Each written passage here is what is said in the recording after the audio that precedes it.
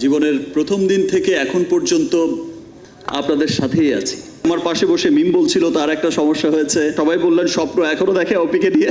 অনেকদিন পর এই যে সামনে এত ক্যামেরা, আমার এত ভালোবাসার মানুষদের দেখছি, বিকজ জীবনের প্রথম দিন থেকে এখন পর্যন্ত আপনাদের সাথেই আছি, আপনাদের ক্যামেরার সামনেই আছি, আপনাদের ভালোবাসাই বেঁচে আছে।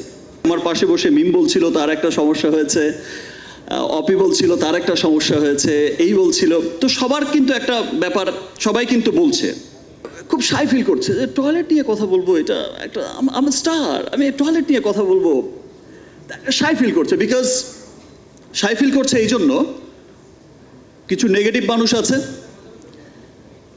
তিনি ভাবছেন, সে স্টারটা ভাবছেন সেই নেগেটিভ মানুষটা একটু পরেই তাকে একটা ব্যাড কমেন্টস করে বসবে, 10টা ব্যাড কমেন্টস আসবে যে টয়লেট স্টার কি কথা বলছে, টয়লেটের প্রোগ্রামেও যেতে হবে।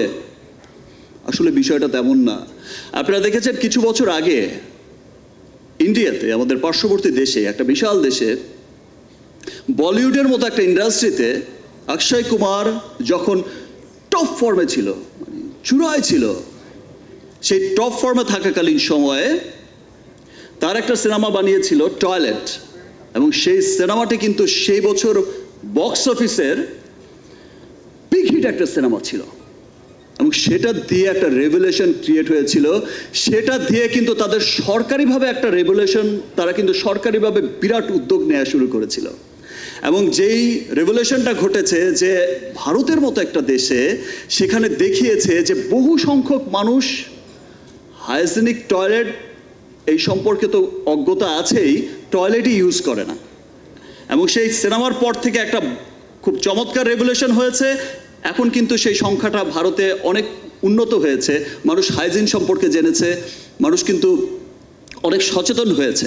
আমাদের দেশেও কিন্তু অনেক মানুষ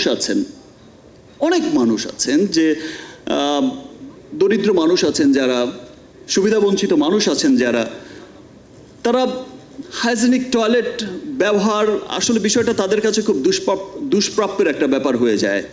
আবার অনেকেই আছেন যারা আমরা সলভেন, তারা হচ্ছে যে হাইজেনিক একটা টয়লেট ইউজ করতে হবে, সেই বিষয়ে কিন্তু অনেক অজ্ঞতা আছে। একটু আগে অপি করিম বলে গেল, আপনাদের প্রিয়, এই যে সবাই বললেন স্বপ্ন এখনো দেখে অপিকে নিয়ে। অপি যেটা বলে গেল যে বাসাটা আপনি যেমনই করেন, টয়লেটের হাইজিনটা কিন্তু প্রথম। সো যাদের এই হাইজিন সম্পর্কে অজ্ঞতা আছে, তাদেরও সচেতন হতে হবে।